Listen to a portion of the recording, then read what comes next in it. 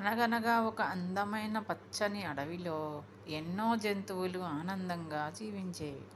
వాటిల్లో లక్ష్మి అనే చిన్న చీమ ఉండేది. ఏ పని చేసినా కూడా చాలా కష్టంతో, శ్రద్ధతో, నిజాయితీతో చేసేది. అందరూ ఆమెను చూసి ఆశ్చర్యపోతూ ఉండేవారు. చీమల కాలనీలో ప్రతి చీమకు ఒక పని ఉండేది. ఎవరైనా ఆహారం తెస్తారు, ఎవరైనా దారులు నిర్మిస్తారు, ఎవరైనా గుడ్లను కాపాడుతారు. కానీ లక్ష్మి మాత్రం అన్ని పనులకి సిద్ధమై ఉండేది.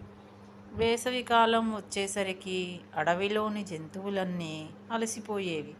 కానీ చీమల కోసం ఇది పనిచేసే సమయం. లక్ష్మి ఉదయం సూర్యుడు ఉదయించకముందే బయలుదేరేది. ఆమె ఆహారం కోసం వెతుకుతూనే దారిలో పడిపోయిన గింజలు, చిన్న ముక్కలు ఏవైనా కనపడితే వెంటనే సేకరించేది. నీకు అలసటే రాదా అని ఒక తుమ్మెద అడిగింది. లక్ష్మి చిరునవ్వుతో ఇలా చెప్పింది, ఇప్పుడు కష్టపడితేనే రేపు సురక్షితం అని. అడవిలోని గంగిరెద్దులు, తుమ్మెదలు, చిలుకలు వేసవి రోజుల్లో పాటలు పాడుతూ గడిపేవి. అవి చీమను చూసి నవ్వేవి. అయ్యో, ఎండలో ఎంత కష్టపడుతున్నావు, ఎందుకింత అని. కానీ లక్ష్మి సమాధానం ఒక్కటే, సమయం ఉన్నప్పుడే పని చేయాలి. కొన్ని వారాల తర్వాత భారీ వానలు మొదలయ్యాయి. నది ఉప్పొంగింది. చెట్ల కొమ్మలు ఊగిపోయాయి. జంతువులన్నీ తమకు తాము దాక్కున్నాయి. ఆహారం దొరక్క అడవి మొత్తం ఇబ్బందుల్లో పడింది. గంగిరెద్దులు, తుమ్మెదలు, పక్షులు ఆకలితో వణికిపోయాయి. వేసవిలో సేకరించని కారణంగా నీరు తగ్గే వరకు వారికి ఏ ఆహారం దొరకలేదు. వర్షాలు ఎన్ని పెరిగినా చీమల కాలనీలో మాత్రం ఆహారం పూర్తి స్థాయిలో ఉంటుంది.